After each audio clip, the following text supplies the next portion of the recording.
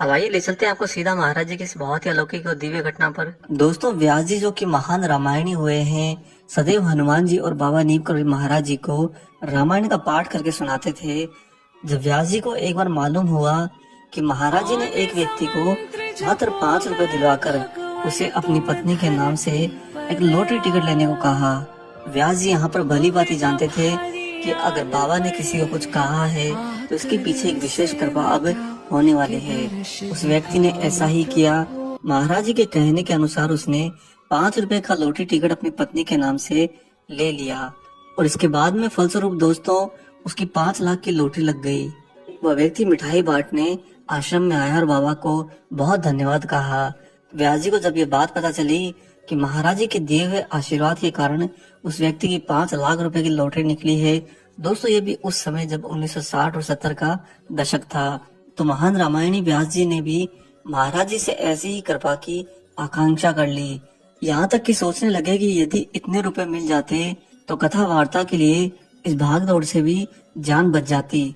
देखा दोस्तों, जब आपने माया का प्रभाव बढ़ता है तो मनुष्य अपने नैतिक कर्म से भी भागने लगता है।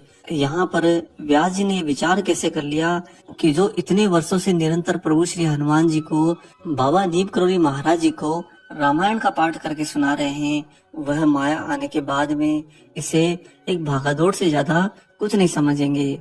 धन प्राप्ति की उठने वाली इस लालसा के पश्चात एक बार अवसर पाकर व्यास जी ने बाबा जी से लॉटरी का निवेदन कर दिया। दोस्तों, व्यास जी हाथ जोड़े बोले कि बाबा बस एक लॉटरी लगवा दीजिए, इसके बाद में हम दोबारा आपसे कभी नहीं कहेंगे।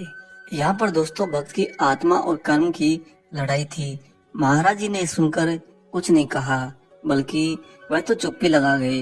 व्यास जी ने सोचा कि शायद महाराज जी थोड़ा समय लेंगे, हो सकता है कि कल सुबह महाराज जी मुझे कुछ अच्छी लॉटरी लगाने का आशीर्वाद दे दें। यह विचार करके व्यास जी विश्राम करने के लिए आ गए। लेकिन उस रात को घटी एक ऐसी घटना दोस्तों जिसने व्यास जी का पूरा जीवन ही बदल दिया।